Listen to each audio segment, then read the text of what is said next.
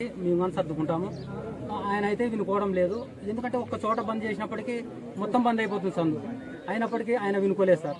వినుకోనప్పటికీ ప్రతి సంవత్సరం ఒక 2 అడుగులు ముందుకు వచ్చడం కట్టడము జరుగుతుంది. ఎవరన్నా అడ్డం పోయిన వాళ్ళని ఇంటి పక్కన వాళ్ళు మాత్రమే పోతారు కదా సార్. ఫస్ట్ సారి వాళ్ళకి ఇబ్బంది కలిగినప్పుడు వాళ్ళని ఏం చేస్తున్నారంటే బుర్రల బాల కొట్టుకొని స్టేషన్లో పోవడం, వాళ్ళని పెట్టడం.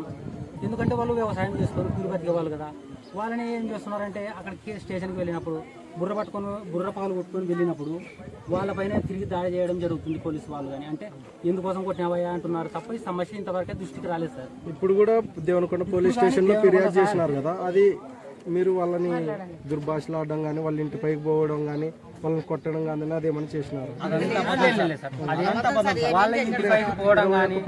21 పైన ఎఫ్ఐఆర్ చేసినారంట దేవనకొండ పోలీస్ స్టేషన్ లో.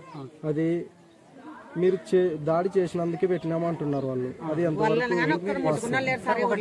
21 మంది దాడి చేసినారనడానికి 21 మంది దాడి చేసినారనడానికి నిదర్శనం ఇంతమంది ఉన్నారు సార్. ఇక్కడ 21 మంది అంటే ఇంతమంది ఇక్కడికి రారు.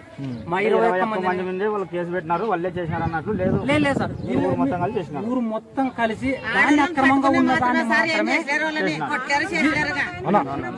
ఇల్లు అక్రమంగా ఉన్న దాన్ని మాత్రమే మేము తీసుకెళ్ళాం. అతను ఏం చేశాడంటే 20 లక్షల రూపాయలు ఇల్లు గడిపేసినారు అంటున్నారు. మీరు వీడియోలో కానీ చూసుకున్నట్టు ఇల్లు ఎటువంటి డ్యామేజ్ చేయలేదు.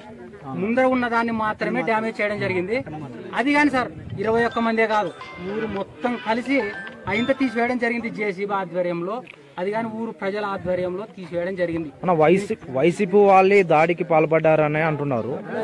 ఇది వైసీపీ వాళ్ళు సార్. వైసీపీకి టీడీపీ కానీ ఇంకో పార్టీ కానీ ఇక్కడ మాకు ఎటువంటి సంబంధం లేదు సార్. రాజకీయానికి సంబంధించి లేదు.